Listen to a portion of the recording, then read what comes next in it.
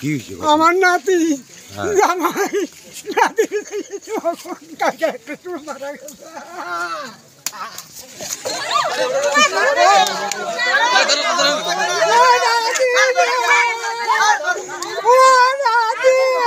ছেলের মৃতদেহ বাড়ির উঠোনে, মৃতদেহের চারিদিকে বসে পরিবারের অন্যান্য লোকজন আর্তনাদ করছেন শনিবার সকালে।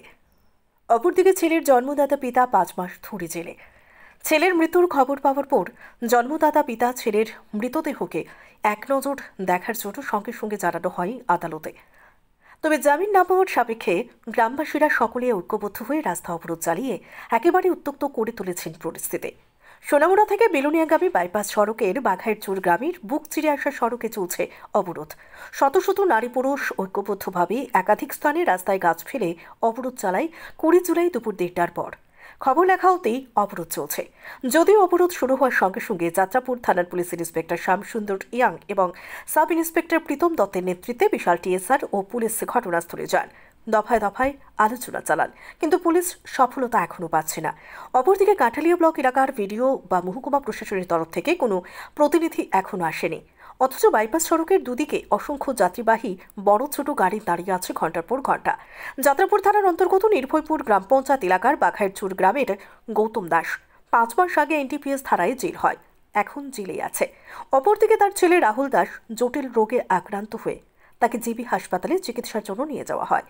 19 জুলাই রাত 11টায় রাহুল দাস মারা যায়। ভোরবেলায় তাকে গ্রামের নিজের বাড়িতে আনা হয়।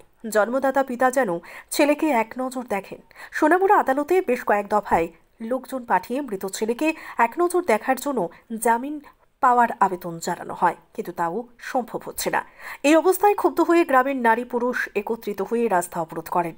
সম্ভবত অবরোধ প্রত্যাহার কখন হয় সেটা এই মুহূর্তে বলা মুশকিল। Bureau report, planet Tripura news. কার ছেলে?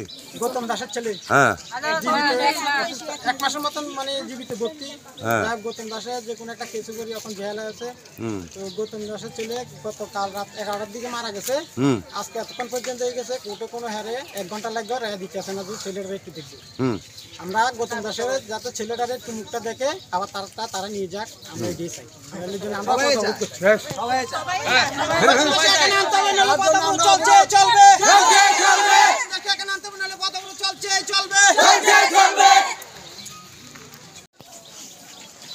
আমি কইতাম এখানে একটা আসামের ছেলে মারা গেছিল, এটা নিয়ে একটা প্রবলেম হয়েছে, ওটা রাস্তাটা করছে, যার জন্য বেল দেয় আর কি।